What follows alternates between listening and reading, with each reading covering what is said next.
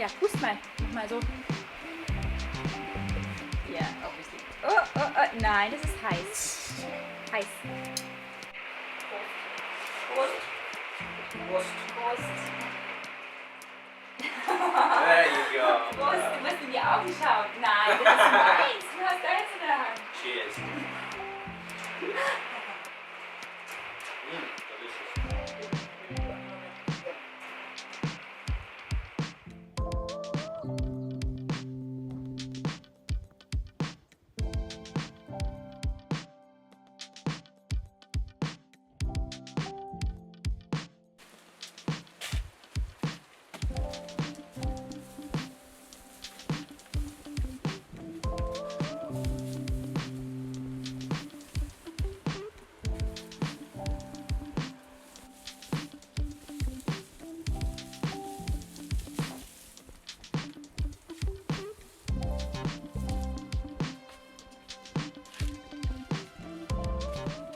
But these are the little seedlings I planted out a few weeks ago.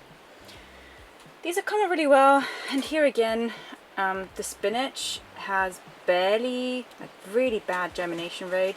I think I'm going to go with conventional seeds next time because this is just ridiculous. This whole tray has spinach seeds in it. Generally I really like cementus vivas because they are organic heirloom seeds, so you can collect the seeds and reuse them next year without any issues. But I do have problems with their germination rate. It's pretty horrific at times, to be quite honest. The spinach here is particularly bad. I think that's the worst I've ever gotten. I think, like I said, I think I'm going to go with conventional seeds for spinach next time and just see how they perform. Cementus vivas, they're also like biodynamic, which I think you pay a bit extra for. But if you look into biodynamics, there's no scientific evidence for it. Because it was invented by Steiner, who is the Waldorf guy, and he's a guy just full of like everything he ever invented was just esoteric. And same goes for biodynamics. Like they have a practice where you bury like a cow's horn full of poop in a field, and it's supposed to attract cosmic energies or something like that. Like it's, if you use organic methods, they have the same effectivity as biodynamics, so that extra certification of biodynamic gardening for cementus vivas I think that's just to raise the price, to be honest. But yeah, that's my only criticism for them, really. That and the bad germination rates. These will go out in a few weeks, and I'm going to give a few to my neighbor because she lost most of her seeds. And borage looks quite well, so that's a plus. That's a plus, and yeah, we'll see what happens with the spinach. Okay. I hope you can hear me. It's pretty loud and windy today, and I don't have the mic on me. I marked out the chickens today, and this is what we got out of the deep mulch composting system.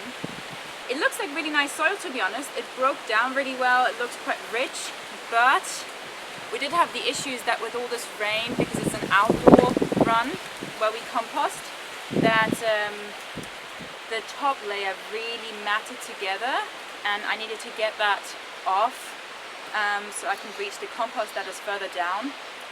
But yeah, it has broken down very nicely. So the camera battery died, so let's continue recording here. Yeah, so I think we're gonna do it with wood chips next time. I think that might be better than the straw. And yeah, I'm gonna transport this up to the garden now. It's pretty heavy, so I think I need to take buckets and empty the wheelbarrow slowly, because at the moment I can't get it up the ramp. It's too steep and I'm not strong enough yet. I'm working on that. But yeah, let's do this. Let's get this up into the garden.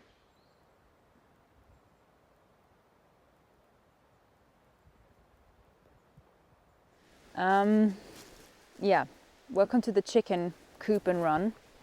This morning has just been an example of those days, or like the reason why it takes us such a long time to finish a project, because at least once a week it feels like the whole world is ending and we need to drop everything and fix something. So this morning I was making breakfast and there was heaps of ruckus coming from the chicken coop here, and when I came down, the chickens were very distressed. And when I opened up the coop here, there was one of our young laying hens decapitated and pretty dead on the ground. So now we need to do an in-depth inspection of the coop and run to see where this predator came in, or if they could have pulled the head through the wire maybe. But yeah, this will take the whole day. And today we're supposed to kind of work on the garden fence up in the olive grove. That's not going to happen now. We have to fix this coop so we don't lose any more of our laying hens that have just matured enough. In the background you can see Zach. I think we've just found the place where something might have broken in. This chicken run, we made it pretty predator proof. Like, we thought we were good. Because in the summer, Cat, our dog, he wanted to get to the kitchen scraps that we throw to the chickens. So he broke in a bunch of times and we reinforced all these places, and we felt pretty confident that this is a good run. But yeah, apparently there's been some weakening in the structure, and we're going to fix that now. So hopefully we don't lose any more chickens. Jackie noticed that this hen was acting a little bit off this morning. I mean, all the chickens were pretty stressed by the attack, but this one was just shell-shocked. So we've had a look at her now. I've got her out and you can see here she has been attacked as well. Whatever predator did this, he tore a few feathers out, but it's quite a superficial wound and she's just shell-shocked. She'll probably recover in the next few weeks and get back to her old self. She's the only one laying right now in the middle of winter, so. Little did we know that a few days later we would wake up to silence. 7 chickens, except for the black one, dead in their coop. Something like a pine marten got in through a hole we hadn't seen before and slaughtered them all in their sleep. Just a few days later, we lost our pig Higgy. We found her having trouble breathing one morning and she was dead before the vet could get to us.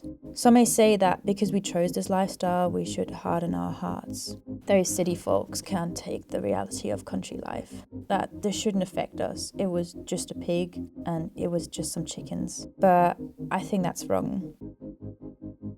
A death not mourned is a sign of a life not loved. These animals, they are our work companions. They weren't supposed to die for years. Death is a big part of this life out here. That doesn't mean that it gets any easier. I buried Higgy underneath the big cork oak, the branches stretching far overhead, shading the shallow grave. Everything here is part of a great cycle. The leaves rot and fall apart, feeding all the small critters living beneath them. Our pig is already starting to be part of that process. She will feed the soil life until she is dissolved into the roots of the big oak, transformed into energy that will grow new leaves and acorns. New life given by death. And life comes back so quickly.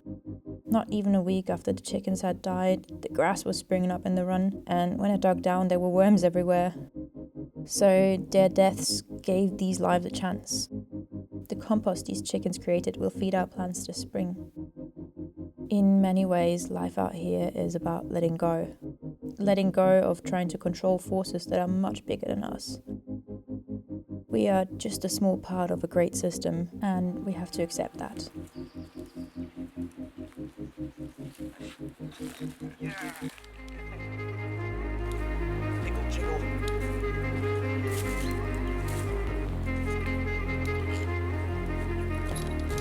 Come on. That's right.